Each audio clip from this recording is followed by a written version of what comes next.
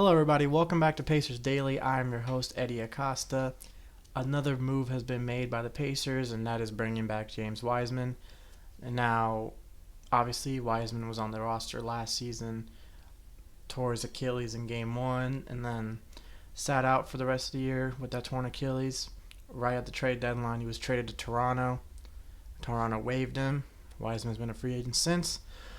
But the Pacers, knowing that they're going to want some depth at the 5 position, have brought him back. Now, don't get me wrong. I really like this move.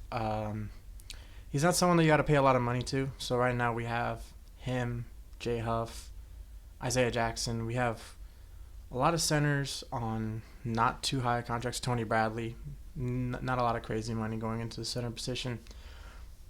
So it's looking good at the moment. Now, obviously, it's the season. You kind of want to see what you have. And just to see if healthy, James Wiseman, does he still have that potential that he has when he comes back? And these are all topics I'm going to talk about just because I personally have always thought that Wiseman is a good player.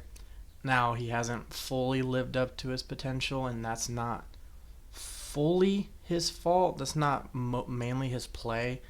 It has mainly been his availability. Now, what they always say is availability is the best ability. And that is something that a lot of high draft picks have been labeled as busts because of their availability. One of the biggest ones being Greg Oden back in 2007. First overall, drafted before Kevin Durant. Oden was an absolute monster. He went to high school here in Indy, went to Lawrence North, won 3 straight state championships with Mike Conley at that school.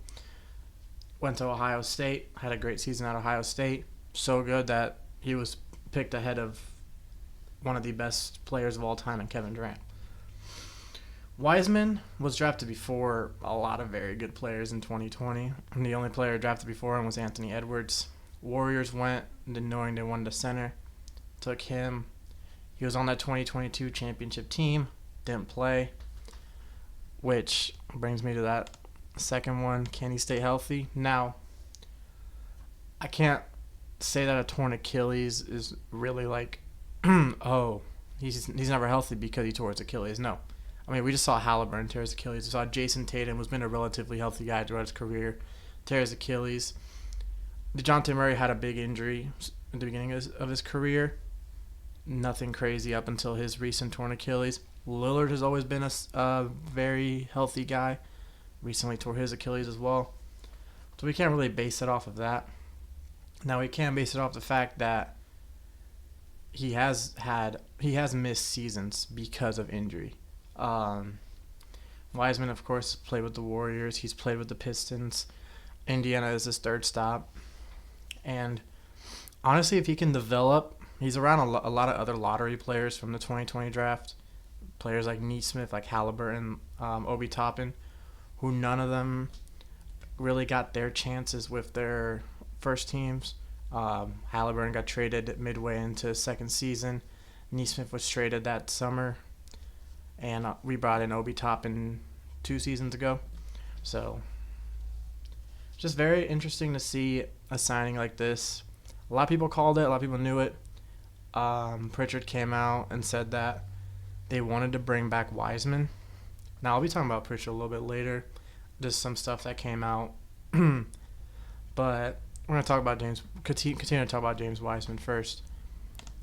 And something I think is very important is that he is still 24 years old. I mean, he hasn't even hit the 26, 27 age where it's supposed to be your prime. He's a good player. I mean, Wiseman was always touted to be a good player in the league. Obviously, he hasn't shown it yet. But in a place like Indy, where we have seen a lot of players go from situations where they weren't pretty much like used correctly, the usage percentage was very low, or they get traded super early to go to the Pacers. Like what happened when Oladipo came here? What happened when Sabonis came here? What happened when Halliburton came here? Neesmith's been playing the best basketball of his career. Obviously, Siakam had a good career in Toronto, but he's been putting up some monster games with Indiana. Just a lot of big-time athletes that Indiana has been the peak of their careers. So that's what kind of is the hope for someone like Wiseman. Now we're hoping he can give us more than one game this year and hopefully be that backup guy to whoever starts at center, whether it's Isaiah Jackson, whether they go a little bit unorthodox and start Jay Huff. Now that's all up to Rick Carlisle and the Pacers, see what they do in training camp, see how they do before the season. But Wiseman will definitely fit that slot as a backup or as a third string center. He was looking to have a good season. The only minutes he played, he was very impressive. He looks to be developing a three-point shot, but he's also a traditional center. Guy who likes to stay in the paint. So that's gonna be very interesting to look at to see how his potential continue. And like I said earlier, he was a hopeful to be brought back, especially with Turner leaving. Everyone's thinking, oh, why not bring back James Wiseman, see what he can do. He's a cheap guy. You don't have to pay a lot of money to get him. Bring him in for a year or two just to kind of see what he does, see what kind of potential he has. So I thought this was a very good move on the Pacers' part. I mean, obviously they've been needing big men. They have a lot of guards on the rosters. They've been needing big men. But yeah, obviously this comes a day after the Jay Huff trade, which I personally like that trade. We didn't have to give up much for him. And now just signing Wiseman back to Indy, where he looked like he was excited to play here. I mean, he's already signed his contract. So I'm very excited to see what Wiseman can do when fully healthy. I'm very excited to see whether or not he can fit into that backup position, or who knows, maybe he can get a game in at starter just to kind of see what he can still bring to the table. But now I want to talk a little bit about some news that came out earlier. It has been confirmed that Tyrese Halliburton will not play next season, which we all knew that. I mean, he tore his Achilles in the Game 7 of the Finals. You're not going to come back the next season. The earliest you're going to be healthy is probably about the conference finals, maybe even the finals of next season, depending on how long all the series last. But it's good for him to recover, come back stronger than ever.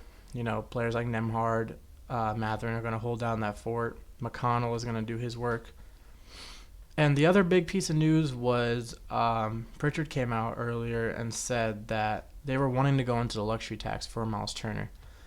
But Milwaukee offered him that contract, and the agency supposedly didn't give the Pacers a chance to match it or to kind of work out a better deal.